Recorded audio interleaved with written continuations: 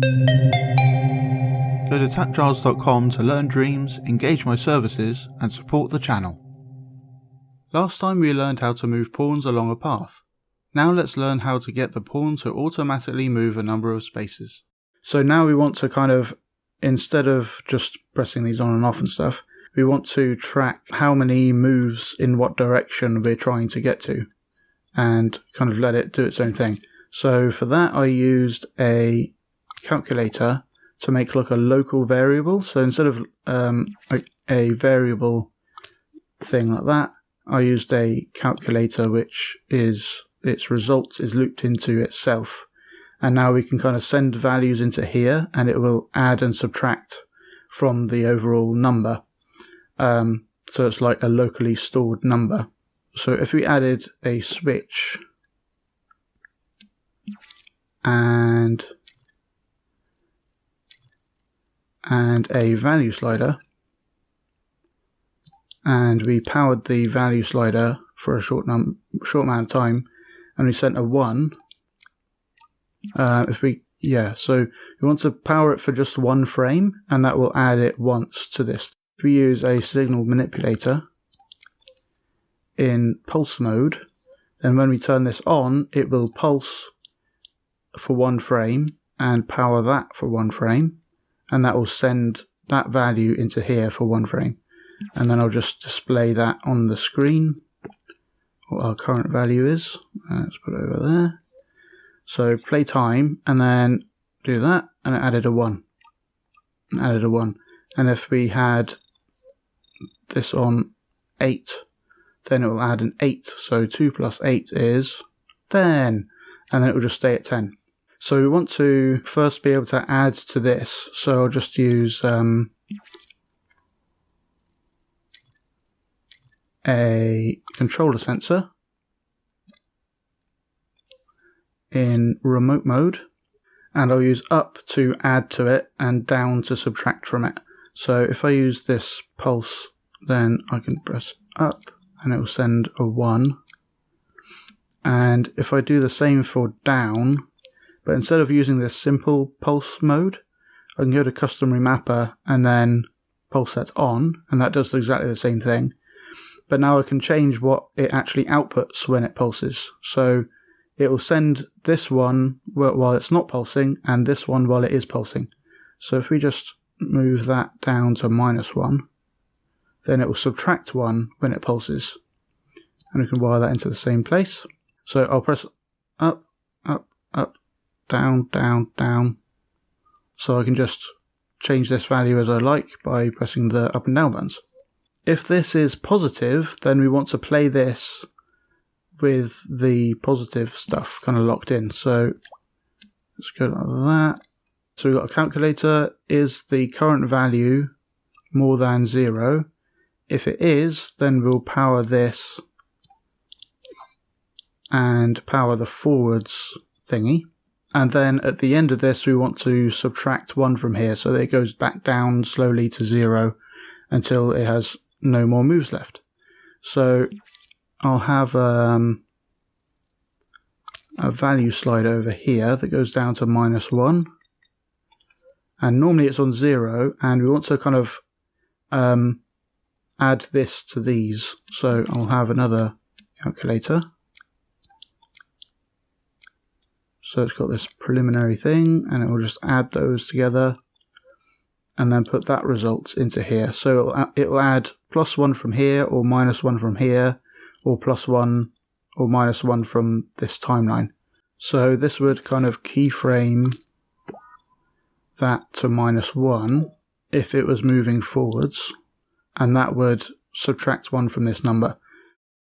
We need to turn the backward off because otherwise it'll interfere. So let's try that again. Up, and it moves forwards. I think what we'll do is we'll have 3 modes using a selector. So a selector is good for modes because it sends just a signal out of one of them, and then you can set it to a different mode to send a signal just out of that one. So A will be nothing's happening, B will be we're moving forwards, so we'll power that and forward, and this is forward complete.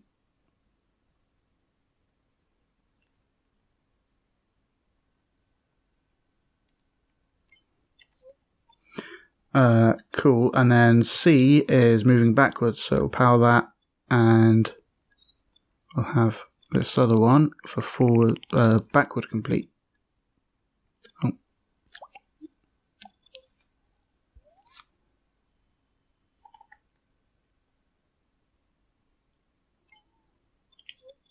And that will power that as well, and that will set it to +1 because we'll be in a negative number, so we want to add 1 to get closer to 0. And then when this timeline is finished, we'll set it back to A because we're not doing anything. Let's put that there. Cool, so that works. And then this doesn't need to do anything, this just sets it into B mode to move forwards. So back on there.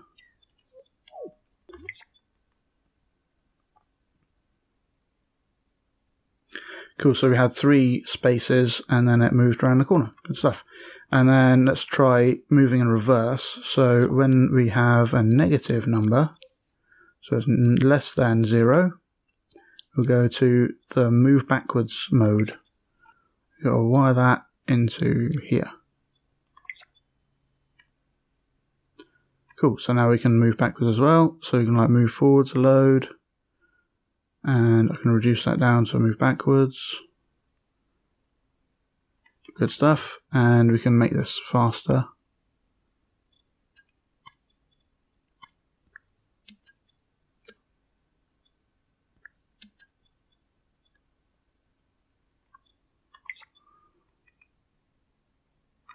Good stuff. So like anything can add to this or subtract from it. So it could be the result of a dice roll, or it could be an event that you landed on, lets you move forward 2 spaces, things like that. And what we could do is, in this group, animate this stuff moving up and down for each space. Because it's actually part of this group with the bolt and everything, inside here we want to be able to move this as one unit as well. So I'll just group this and the face together. And now I can animate that moving up and down in here.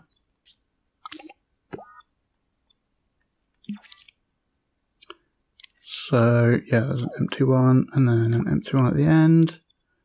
And it's up in the middle. So unmovable off of that group.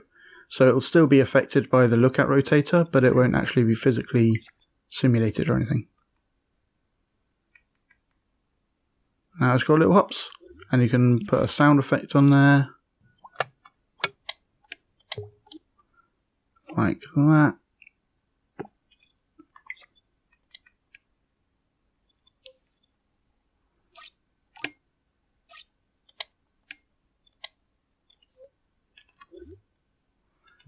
And now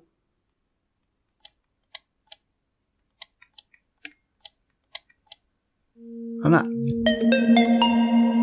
Thanks for watching. I hope you learned something interesting. Go to patreon.com/TAPgiles to learn something new every day.